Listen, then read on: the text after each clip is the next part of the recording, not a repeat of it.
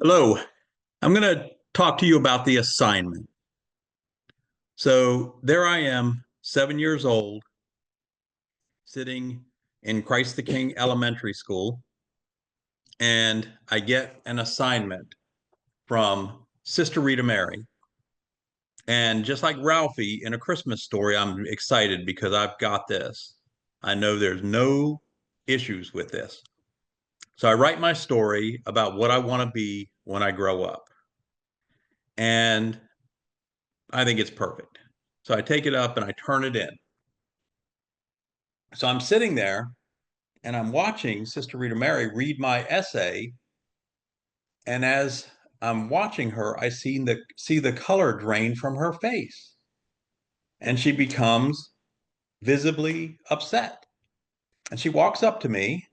Now she's a giant. I later learned in 1988 at my brother's wedding, where she was a guest, that she was only 4'11". But at my age of 7, I thought she was a giant. And she grabs my ear and she says, "Joey, we're going to the principal's office. You're coming with me." And she drags me to the principal's office.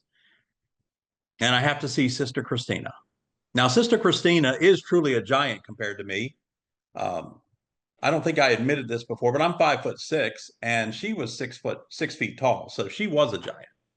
And so I'm in there, and they're very upset at my essay.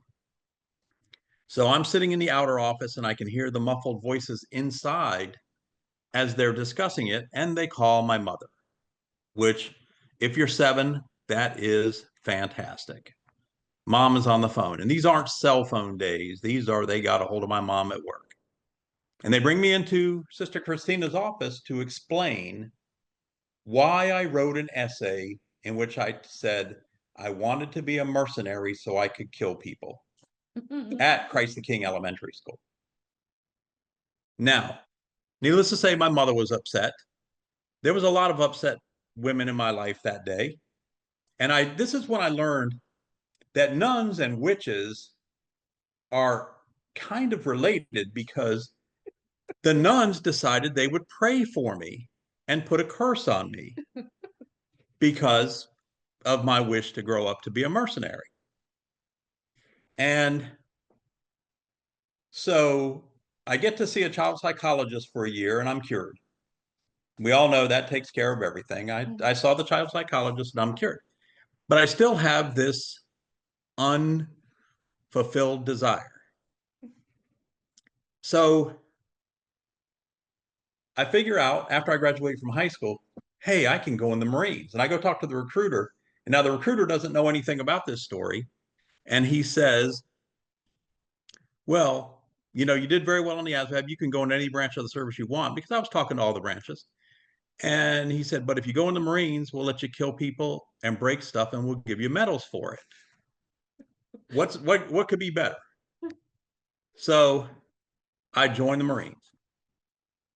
And I don't know if anybody on this call is old enough to remember, but we went through this thing called the Cold War. And I was a Cold War Marine, which means I practiced a lot, but I did not go to war.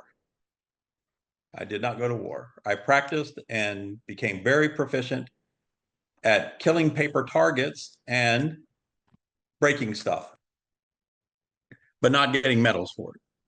So I do my time in the Marines. I get out. I'm raising a family, and I think this is over. And then I'm at a place called Blackwater, setting up firearms training. And a friend of mine says to me, points at a map of the Middle East, and he says, "Do you know where Herat is?" And I said, "No." And he said, "Well, I need you to go to Herat." And Herat is in Afghanistan. It's in the northwest corner of Afghanistan. So guess what? I'm getting ready to go to war. We're at war in 2006, and I'm going. So I call my mother to tell her, hey, I'm going to Afghanistan for a year. And the first words out of her mouth were, hey, finally, you're growing up to do what you said you were going to do when you were 7 years old, be a mercenary and kill people. So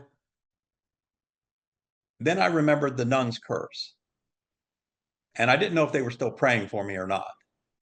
I was in my 40s, so I thought maybe they had forgotten about me. Or so I go to Afghanistan. I fly for 38 hours to go through a bunch of different ways, and I land in Herat, or I'm sorry, the Green Zone in Afghanistan. And I'm there. And we fly out the next day. So I've been in the country less than 24 hours, and we fly out, and I fall asleep on the helicopter ride. And while I was asleep, we were shot at, and they shot the helicopter I was riding in down. And so we landed, a hard landing, but still technically a crash.